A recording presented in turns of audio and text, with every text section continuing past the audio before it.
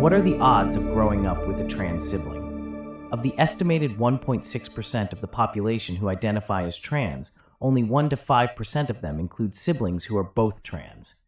You can count me in that figure. One effect of growing up trans with a trans sibling is witnessing firsthand good reason to stay in the closet. After witnessing how my older trans sibling was mistreated, I kept my desire to cross-dress a carefully guarded secret. I didn't even tell her. This was back in the early 1970s, back when few had even heard of the term transgender. Back then, we were still in grade school, and there was no internet to seek answers. I remember how she often got into trouble for trying on our cisgender sister's clothing.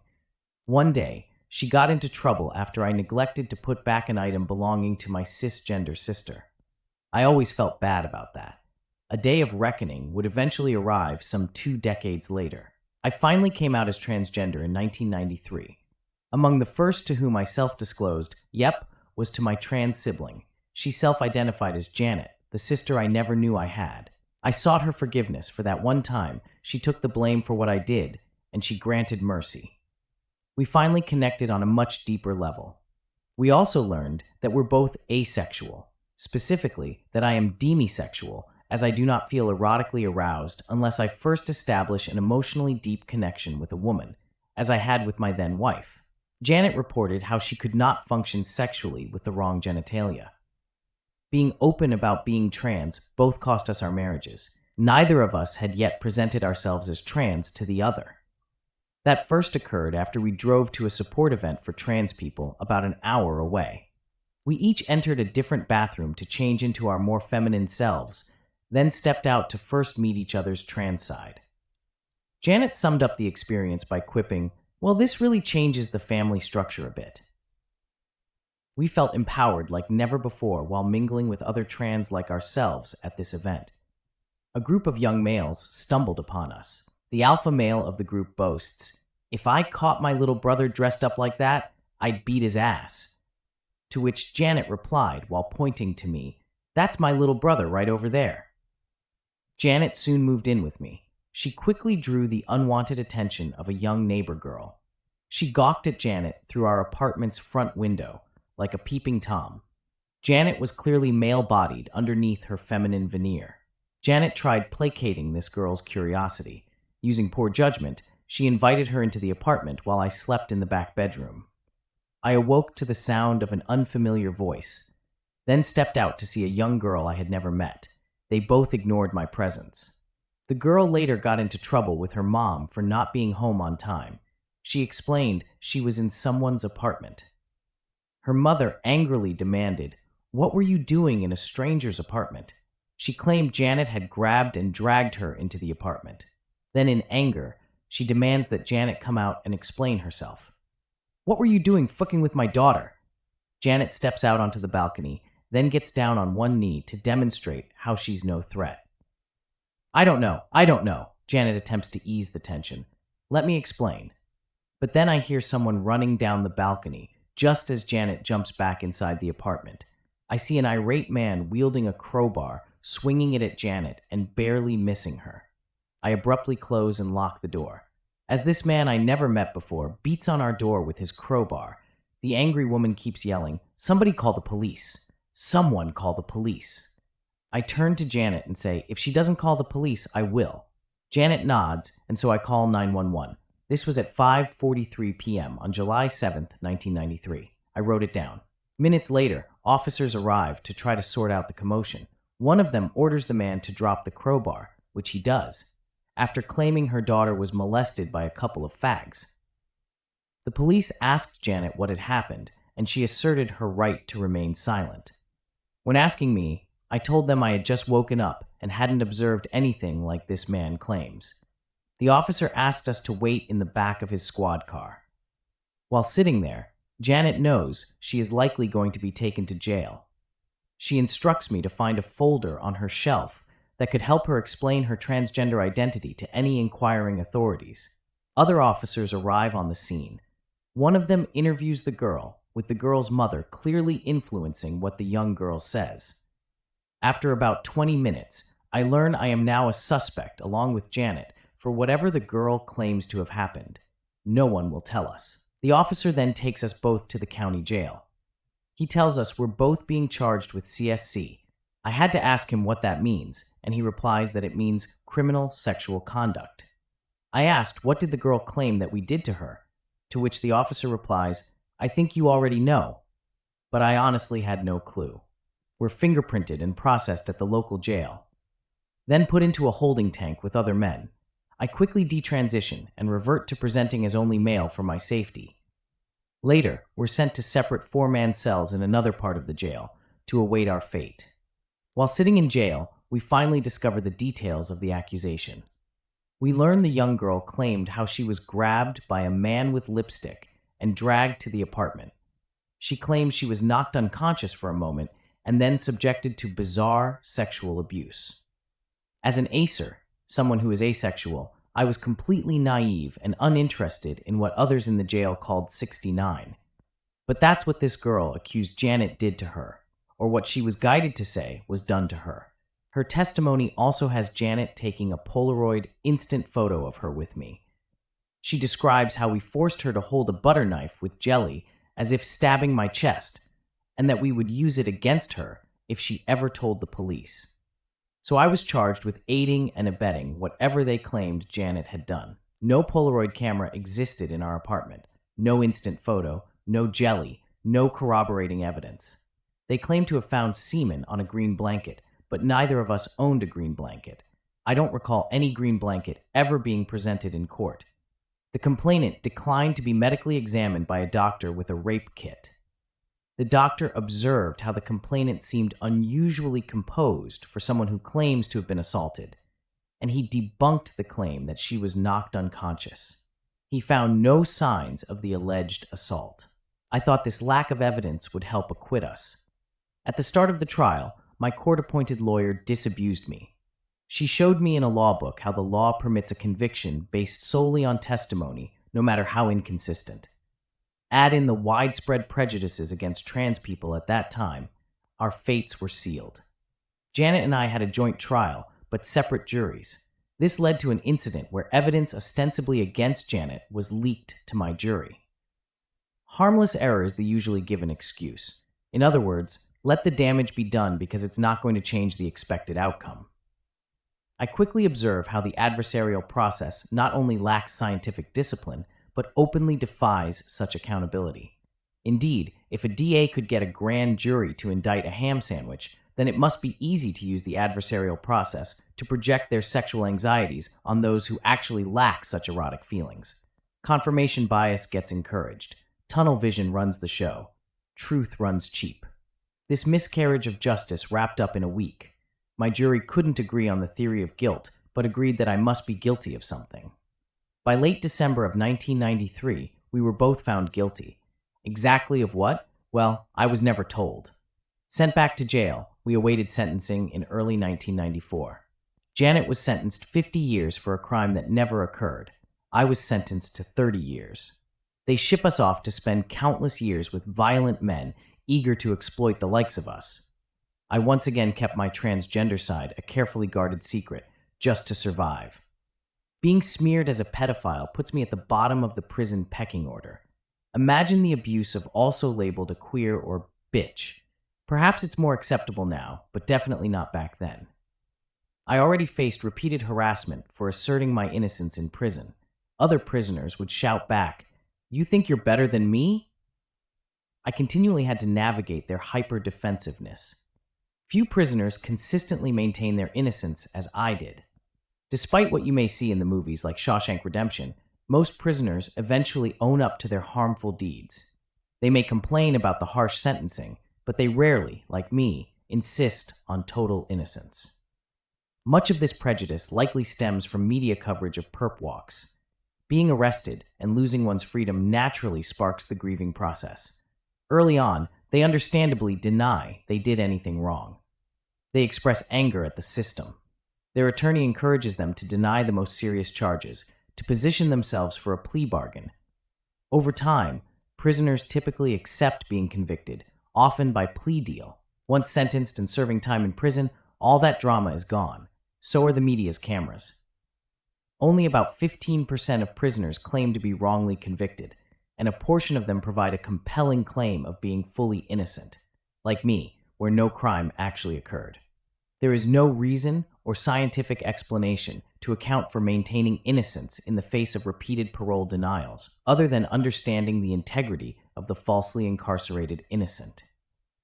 There is no psychiatric disorder to explain why a prisoner would continually risk being denigrated by other prisoners while also repeatedly pass up opportunity to get out of prison early. Pure and simple, it is a legally privileged prejudice. Boasting of their high conviction rates holds more political currency than accountably delivering just results for the politically less advantaged. Such distorting incentives of prosecutors with minimal accountability for their actions persist as a black mark on the adversarial judicial system. Instead of blindly trusting law enforcement to secure our communities, their abuses of discretion can actually threaten the security of our communities in less visible ways. In late 2005, I was finally discharged. Since I maintained my innocence, I was never eligible for parole. The parole board claimed I lacked remorse, which projected their lack of remorse for their participation in carrying on this miscarriage of justice. I was finally free, but not fully free. Shortly after starting the prison term, a new law was passed, the National Sex Offender Registry. Because of the young age of the complainant, my name is now kept on this registry for life. Yes, the National Sex Offender Registry includes an asexual person. Thus far, I've only been sexually intimate with my former wife. Nothing prior since knowing her. Nothing since we went our different ways. No felonies or misdemeanors prior to this wrongful conviction. None afterwards. I don't drink any alcohol, don't gamble, don't have any diagnosable mental health issues. I have no addictions. And yet I am stuck on the National Sex Offender Registry. Being falsely listed on the Sex Offender Registry makes it impossible to find housing and a decent job. I still cannot find adequate housing or meaningful employment. Fortunately, I was accepted to enroll at a state university. I earned my undergrad degree in sociology and anthropology, then went on to earn my master's degree in public administration. I returned for a second master's degree, this time in counseling. Being falsely listed on the Sex Offender Registry cost me that degree. I can share more about that elsewhere. At least, I was still alive. In late 2001, Janet was diagnosed with lung cancer that metastasized to her brain. She finally left prison by leaving her corpse behind. The prison repeatedly denied her attempts to medically address her gender dysphoria. So she finally left the prison of her male body that she felt was terribly wrong for her. Right before she died, I wrote to her to say my last goodbyes and to pledge to keep on fighting for the justice denied us. A couple hours after the prison doctor read to her my letter, she finally passed away. After exhausting my state remedies to overturn this injustice, I reached out to the Innocence Project. Each attempt gets shot down. My first attempt was rejected because they said they had to first help those on death row. Okay, that's understandable. Strike one. A couple years later, I tried again. This time they said they had to first help those with life sentences. Okay, strike two. In my third attempt, just before being discharged, they told me they had to first serve innocence claimants still facing many years. The registry would continue to limit my rights. Strike three. I tried again in 2014 to get off the registry. This time they told me how they must first help those still in prison. Strike four. More recently, in 2020, my request was once again rejected. This time because they couldn't see a path toward reversing the conviction in court under current circumstance. Strike five. This year, I will try once more, this time to test the process. This time to offer a viable alternative that transcends the limiting adversarial process. That alternative compares the details of my case with those already exonerated, then provides an estimate of the viability of my innocence claim.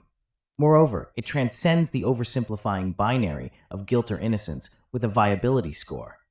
It challenges the adversarial system to rethink its untested assumptions. Innocence projects routinely deny helping the vast number of innocence claimants. They tend to favor cases with a plainly wrongful conviction more easily reversed in court. They generally lack the resources to effectively process all viable innocence claims. Let's do the math. A conservative estimate finds 4 to 6% of all prisoners to be innocent of the crime, not just wrongly convicted, but had no role in the crime at all. Or the action is no longer illegal, such as possession of a small amount of marijuana. Of the 2 million incarcerated in the US, that comes to 80,000 to 120,000 human beings. After including those on parole or discharged, that number soars. Less than 4,000 have been exonerated by the same adversarial process routinely repeating this error. That's a drop in the bucket in the sheer volume of miscarriages of justice. Cases kicked up to the U.S. Supreme Court have some top justices questioning if innocence can be grounds for dismissal. As Samuel Gross, the editor of the National Registry of Exonerations, put it in a Washington Post op-ed, "We know without doubt that the vast majority of innocent defendants who are wrongly convicted of crimes are never identified and cleared. The adversarial legal system blinds itself to its own destructive behaviors. While ostensibly intending to do good, it continues to do evil under color of law."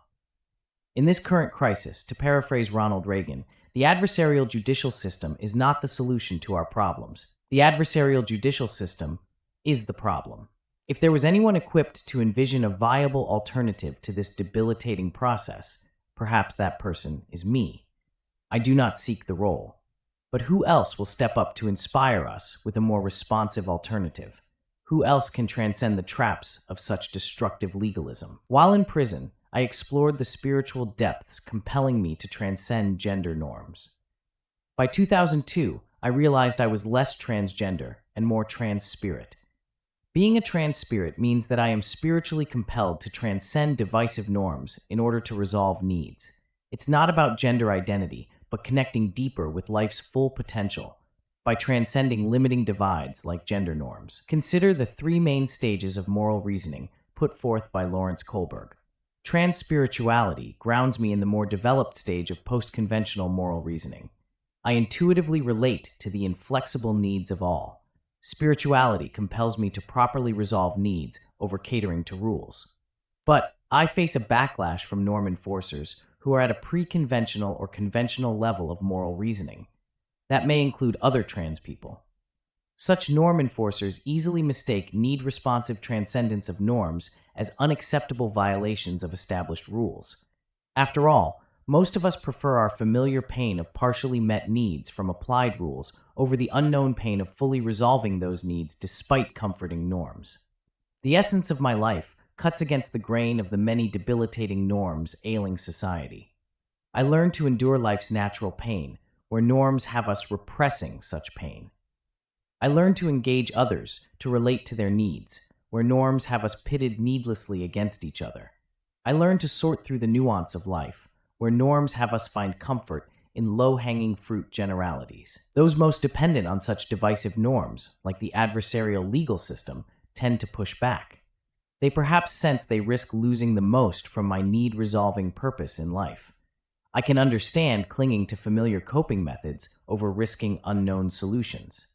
But I am spiritually compelled to resolve needs in ways the adversarial legal system fails to address. Even at risk of being persecuted by the adversarial system for defying gender or other divisive norms they try to enforce in vain. Much like Gandhi and Dr. King, I cannot submit to violent laws. I am spiritually compelled to transcend adversarial categories, which needlessly provokes mutual defensiveness to address each side's affected needs. I am spiritually compelled to relate to the underserved needs of both accused and accuser. That includes my accuser. When filling out the innocence claim form in 2014, I learned the young complainant is now an adult woman attracted to other women. That makes sense. I learned during the trial how her older female cousin dabbled in sexually intimate contact with her. The jury was not allowed to know this. She likely saw something of herself in Janet. She possibly wished to be as openly different as Janet. She perhaps yearned to be accepted for her own deviation from gender and sexuality norms. She was not finding that level of acceptance at home. She could not risk being outed as a lesbian, not at such a tender age. She had to protect herself somehow, even if resorting to lies about Janet's actions. All the adults around her eagerly stretched out this narrative. The big, bad man with lipstick would be the fall guy. Believe the child, they said, while manipulatively coaching the child to say what they wanted to hear. This wrongful conviction reeks not only of transphobia, but also homophobia. Instead of helping this young lesbian find acceptance, they reinforced her family's rejection of her honest self. Janet and I would gladly affirm her sexual orientation, but instead were served up as scapegoats for these adults' rejection of this vulnerable child's true self. Both accuser and accused remain trapped in the transphobia and homophobia of that time. Where is the justice in that? Who watches the watchers of the failed corners of our criminal justice system? Who warns the blind, leading the blind down the rabbit hole of perpetuated injustice? Who can alert background checkers to cease perpetuating the injustice of wrongly convicted innocents?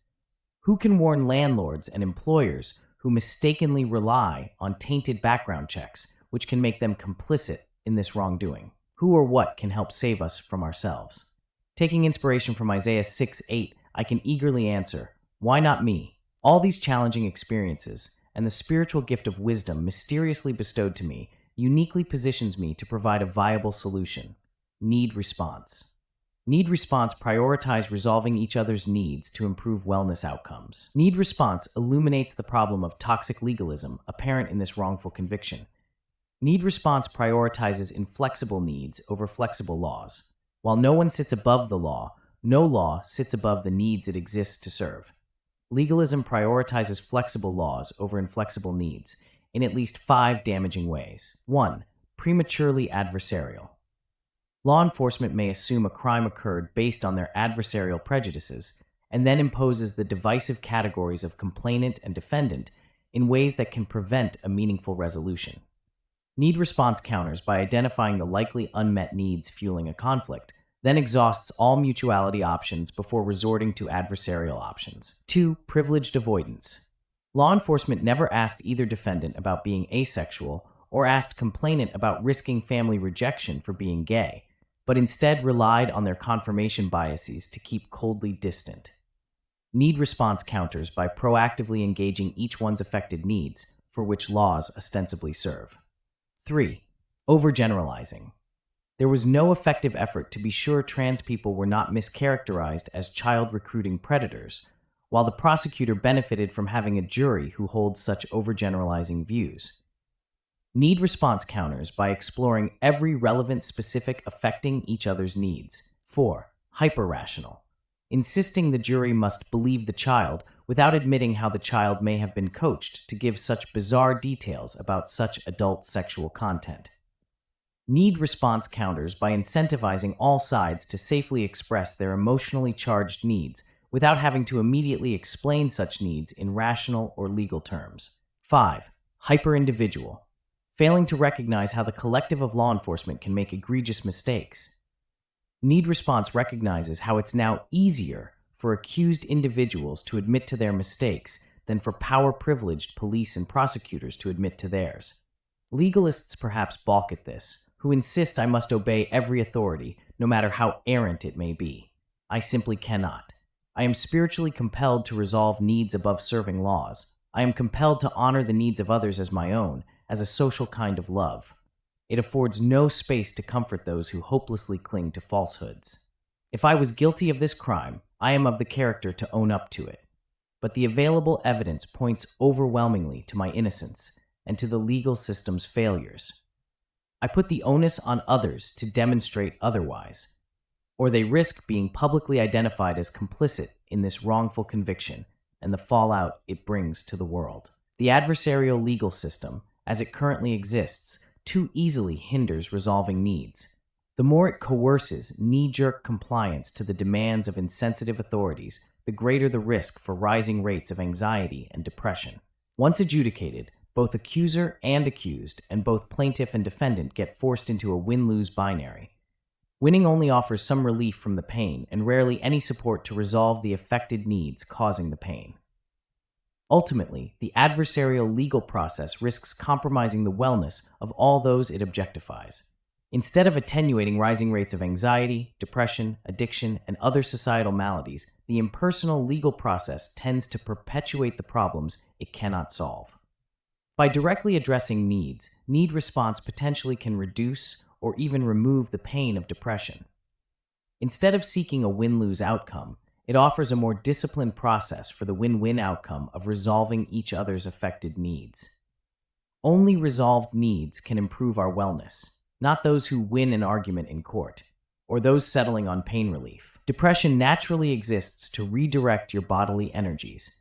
It denies you the strength to keep on appeasing others.